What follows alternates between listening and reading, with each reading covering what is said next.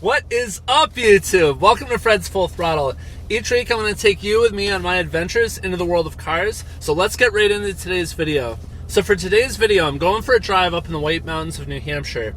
It's a little bit overcast, it's a little bit foggy, there's a chance of rain, but it's a weekday, it's early morning, it's 8:11 right now, and it took me an hour and a half to get up here, and it should not be that crowded, so it should be an awesome time. So let's get out there. You can see the clouds shrouding the mountain up ahead, and I think most of the driving will be like that, but it should make for some good video. The contrast will be a little bit better, the colors might be a little more accurate, and it shouldn't be that crowded, so I'm excited. So I'm in the town of Lincoln, New Hampshire right now. It's off 93. It's kind of the last big town before you reach the Canadian border, really, if you take 93 all the way north. Loon Mountain is here, so Loon is a pretty great ski resort, and they've got kind of all-season stuff. They've got mountain biking, they've got hiking trails, a number of different things, and it's a great spot for anybody who's an outdoors enthusiast. It feels good to be back in the car. It's been a little while since I've done anything longer. I've just had kind of competing priorities and a tight schedule, but I figure this is probably the last big drive on these tires. I have my new tires. Last week's video, hopefully if it came out in the right order, last week's video shows the new tires. These have enough tread on them, they would pass inspection, but they're definitely getting down there, and since I want to do a bunch of kind of performance driving, some events, and some longer drives, I want to be sure that I don't run out of tread or get to the wear bars or anything like that. And after this, I'm going to next week have the tires replaced, so that'll be good.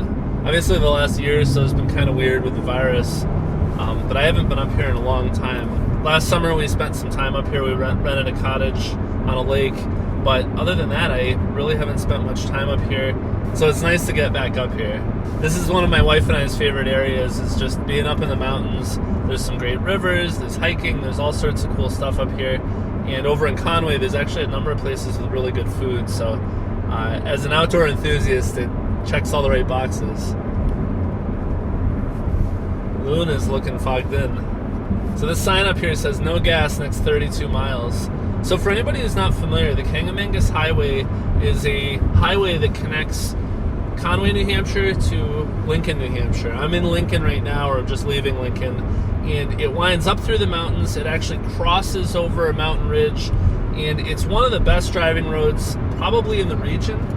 It's absolutely awesome. It's winding corners, it's elevation changes, it's scenic views. You've got a river on one side or the other for most of it, and there's cliffs and all sorts of cool stuff to see. And it ends up being one of those things that it gets pretty crowded and slow in the middle of summer, but if you can find it at an off time, if you can get up here early or during a weekday, which both of those are true today, you end up, I mean, look at this road, there's nobody here. So it's a little bit wet, that's fine. I'm still gonna have a good time. I'm not somebody who babies their car and it never sees rain. I'm out to drive and enjoy this car, and this thing is designed for pretty much any kind of weather, so I'm comfortable. I got my ventilated seats on, and this is gonna be one of those awesome drives with nobody else around, and so I figured I'd bring everybody along to come and see it. So it's not raining right now, it's misting, and there's give or take a 50% chance of rain through noon. So we might get caught in the rain a little bit, but that's not really going to dampen anything. I can still have a great time, so I'm pretty excited. That'll also keep a lot of the tourists or hikers or people who would otherwise be on these roads, keep them in bed a little longer, have an extra cup of coffee, which makes for an empty road for me, which is always a real pleasure.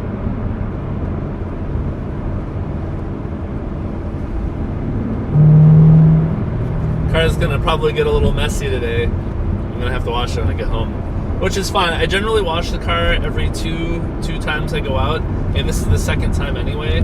Get all the brake dust off, get the car cleaned up real nice, get it back under the covers. So I do take good care of the car, but I'm not afraid to get it a little bit dirty, a little gritty, a little wet. So today's gonna be fun.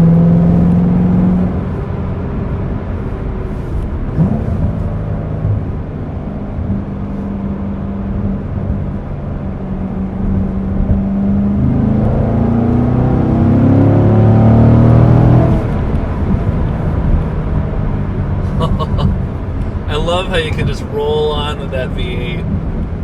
Any gear, you can be a couple gears too high. and just roll on, and that torque just surges, and there's no delay. It's instantaneous. See? Oh, this is great. Look at this. It's empty. A little bit of sunshine poking through. We may luck out. There may be stretches where the pavement's a little drier, but I mean, we're not going to be going fast enough to test the limits of grip anyway, so not a problem. So along the Kangamangus, there's a bunch of really scenic pull-offs, as well as there's a couple spots where you can go and swim in the Swift River. I believe it's the Swift River. And there's all the rocks there have been smoothed out from years and years, I mean like millennia of water rushing over them. So all the granite is like smooth, and you can put down like a beach towel or something and actually lay out on the rocks when it's hot and sunny. And the water is cool and refreshing because it's coming from all the tops of the mountains. But it's actually, you know, it'll be 90 degrees down at the river's edge. And so it's just an awesome spot to swim. That's where I did my Fred's Fish Throttle video from over a year ago. That was last summer. And that's where we filmed it, was along this road. And it's free. There's nowhere to, no, you don't have to pay. There is a park that you can pay to go to, but you can also park anywhere along the river and just get out and walk down to the shore. So you don't have to. The place where you pay does have bathrooms and better parking, but other than that, there's no advantage.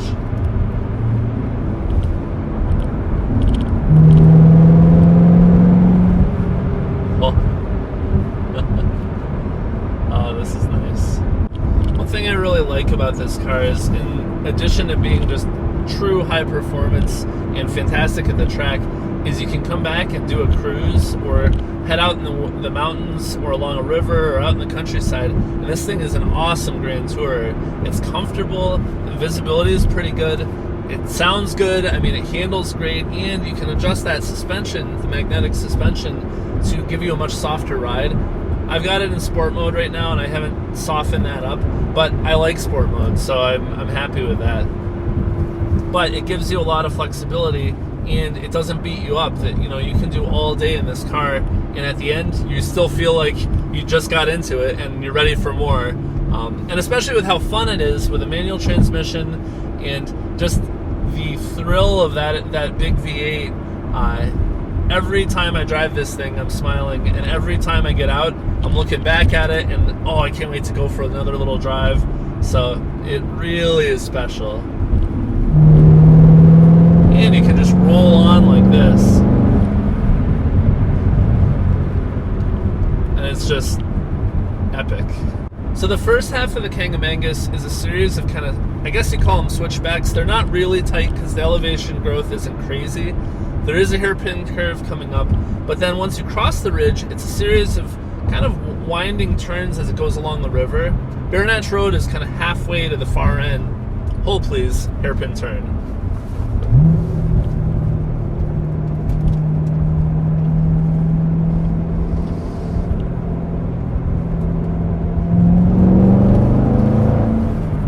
Oh, that is awesome. Anyway, Baronet's Road is kind of halfway across the Kangamangus, maybe 2/3, right before you get to the real windy river section, which is an awesome drive on its own. Baronet's Road, it's this road off to the left, and that goes up over another ridge, and it's even less crowded than this road on average, and it actually comes out sort of over by Attitash Bear Peak. It's on the same road that Crawford Notch is on, and you can actually head to the Mount Washington Grand Hotel. You can go to Brettonwood Ski Resort, which is also further up that road. And so we're going to kind of play things by ear a little bit, but I think I'm going to head over there and get some scenic views, and the roads over there are great as well. So it should be an epic day. I'm really excited. Just starting to see some of the mountains looming in the distance. There's some really big cliffs that normally are visible kind of right ahead. Can't see them today because of the cloud cover, but it's pretty scenic. And in the fall, this all is orange and red and yellow when all the leaves turn, which is awesome.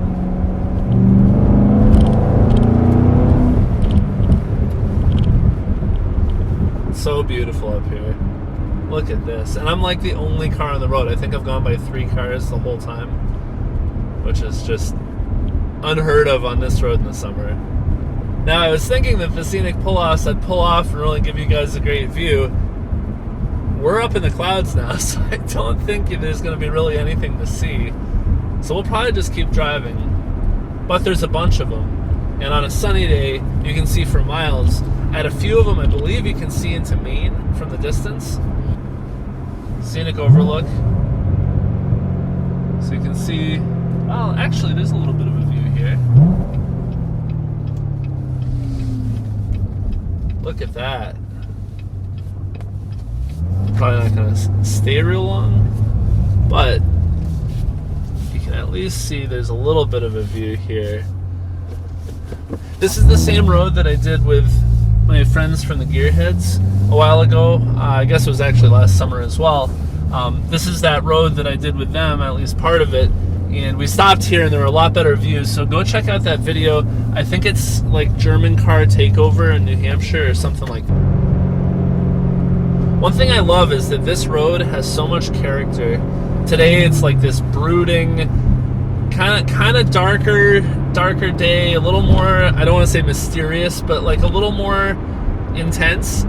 But then on other days it's like sunny with big fluffy clouds. And then just like that, you can see we just popped out of the clouds here and now it's clear. So it all changes, you know, wait a few minutes and it'll be different. And I like that. It gives the road and kind of this whole area its own character, which is pretty cool.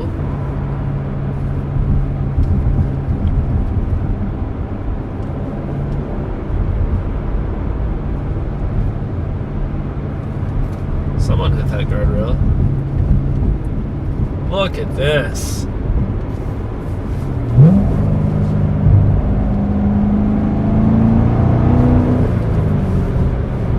This is awesome. And I think my car count is up to 4. So since getting on this, we've gone by 4 other cars. And you're just starting to get a view over here. What a spot. And isn't it cool that the contrast here is that I'm like a half hour to 45 minutes from the ocean, and then I'm about an hour and a half from up here. And so you can get that kind of mountain, almost like a Colorado or Montana type feel. And then I can go over to the coast and I can feel like I'm, you know, down somewhere further south with sandy beaches and ocean waves. And it's fantastic that this is all in the same state. This is all New Hampshire, which I don't know if everybody realizes, but New Hampshire's got a pretty diverse climate. I've been using my new external mic, which is next to the GoPro here, so hopefully the sound quality has been pretty good. Let me know what you think. You know, rewind about 5 or 6 videos ago, and that was the last that I was using just the GoPro audio, and now I'm using the mic for everything that I can.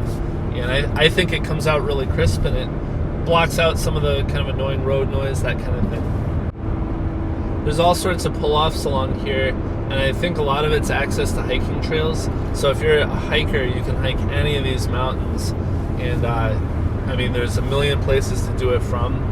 But one of the big advantages here is that depending on your timing, and especially if you go early morning and you pick maybe a little less popular trail, you can actually get out and be the only person on an entire mountain, which is awesome. You don't have anybody that you have to walk by, you don't have to hear other voices, people aren't on their cell phones. You can fully unplug and be the only person you see for like 6 hours, which is pretty amazing.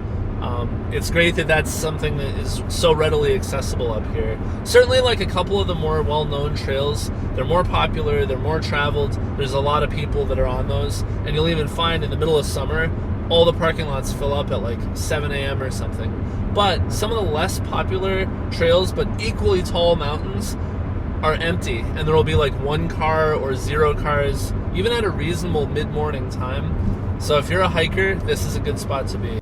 It's been a little while since I've done a long drive like this, and one of the things I'm curious about, and please leave a comment and let me know your thoughts, is I've been doing more kind of the shorter videos, and I've done more commentary, and I've been starting to talk a little more about electric vehicles because I'm pretty excited and interested in those. But I also love doing these videos, and I'd be curious what your take is. Do you enjoy watching these? Do you enjoy the stats? Do you enjoy that I mix it up, or do you wish I was doing more of one than the other? And my general approach has been do whatever interests me. This channel is for me. If you like it, that's fantastic, but I'm really doing this for kind of my own enjoyment and to show my friends and family the types of stuff I do for fun. So leave a note in the comments and let me know, do you want to see more longer drives and this kind of thing? Do you like more of the performance driving stuff? You know, whatever floats your boat, let me know. I'm always interested to hear.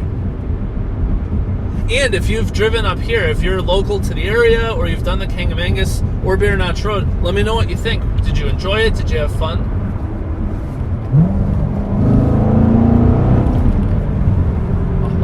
Oh, that's great. That is great. Headed towards a little sunshine. Perfect. One of the things that I used to do is come up here all the time on motorcycles back before I could afford cars.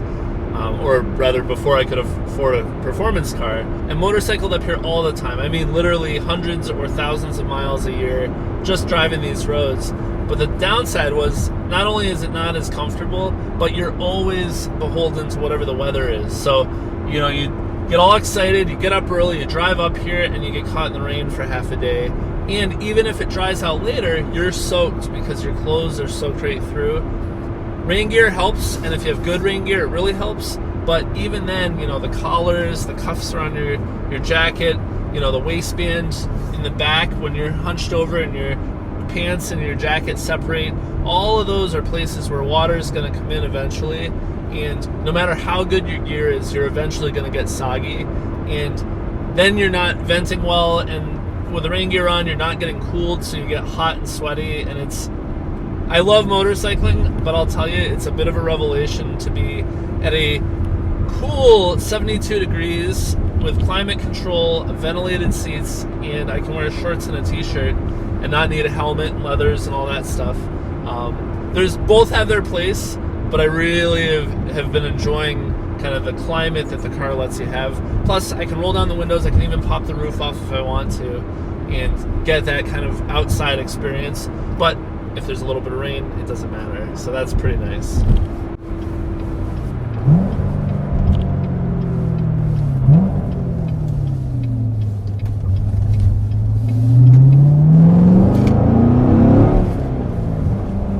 little squirrely there. Got to be careful with the slightly wet pavement. This car is pretty good though. It's very progressive with the grip. So even if it's a little wet, you can feel what the car is doing. This is one of my favorite roads in the whole region. It's like a roller coaster of pavement.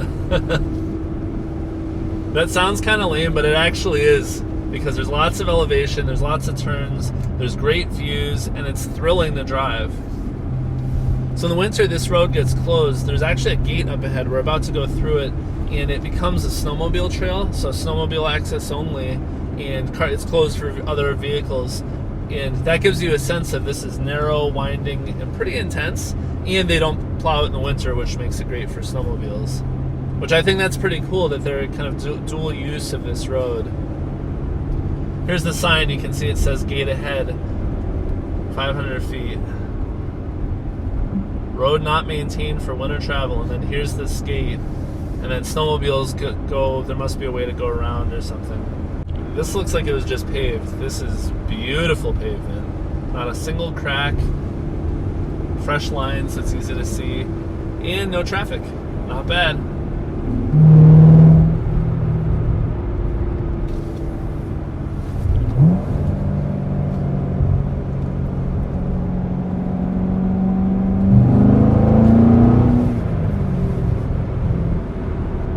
Oh, this is driving bliss.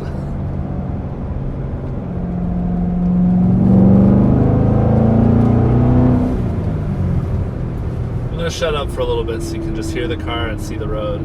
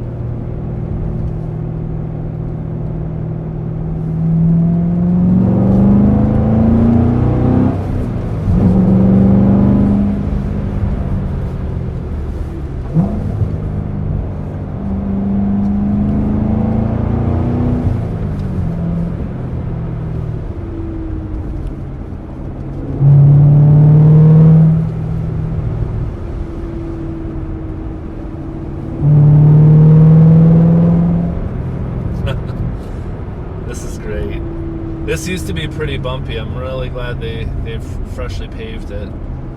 There's a lot of like frost heave and stuff where in the winter ice pushes up the pavement and then it cracks, and it used to be enough that you could feel tires getting like momentary little like bits of air underneath them because it was so uneven.